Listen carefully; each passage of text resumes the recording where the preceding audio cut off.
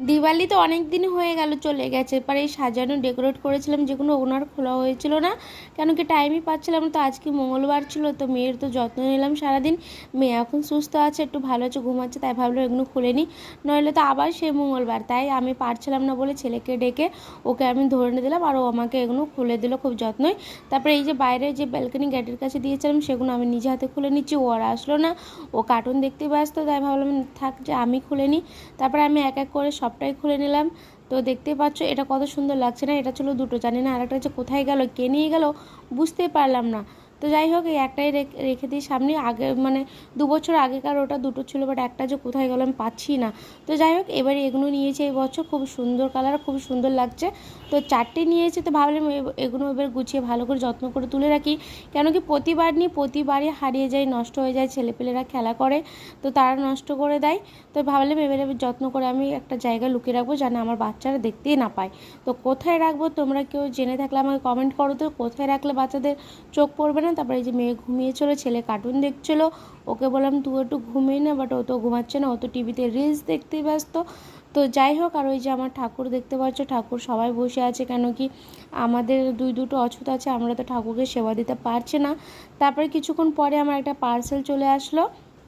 তো সকালেও একটা পার্সেল ছিল, মানে বিকালের আগে, তো ওটা রিটার্ন ছিল, ওটা রিটার্ন করার পরে এটা আবার আসলো। অন্য একটা টপ ছিল, ওটা রিটার্ন করেছি, তারপরে এটা চলে আসলো হেয়ার ব্রাশ। তো আমি আমার চুলে বোটক্স করেছিলাম, তো আমাকে পার্লার থেকে সাজেস্ট করেছিল যে এই হেয়ার ব্রাশটা ইউজ করতে, তাই আমি অর্ডার করে নিয়েছিলাম মিশো থেকে।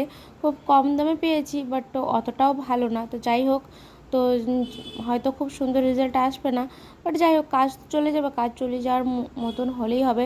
তারপর আমি যে ভিডিও করতে করতে আমি আমার চোখের দিকে তাকিয়ে দেখছি, বাবা কত ডার্ক সার্কেল হয়ে গেছে, মাথায় একডালি চিন্তা, আর মানে ঘুম না থাকলে যা হয়। তো যাই হোক, কিছু আর করার নেই, ডার্ক সার্কেল হয়েছে তো কী আর করবো, কিছু তো করার নেই। কেউ তো সাথ দিচ্ছে না, ডার্ক সার্কেলটা তো সাথ দিচ্ছে, সেই নেই সাথ দিক আমার সাথে। তো চলো, এবার আবারও যেন আমার বাড়িতে চলে এসছো ছট পূজার প্রসাদ। তো আজকে দুবার ছট পূজার প্রসাদ পেয়ে গেছিলাম, প্রসাদ শেষ না হতেই। তো এবার এগুলোকে বলে থেপুয়া, কি একটা বেশ বলে, থেপুয়াই বলে। তো এগুলো আমি ফার্স্ট টাইম ট্রাই করলাম, বাট আমি মুখে দেওয়ার পরে তো আমি তো অবাক, কেন কি এই জিনিসটা আমি এর আগেও খেয়েছি, বাট তারপর আর কখনো খাওয়া হয়নি, বাট তখন আমি নামটা জানতাম না।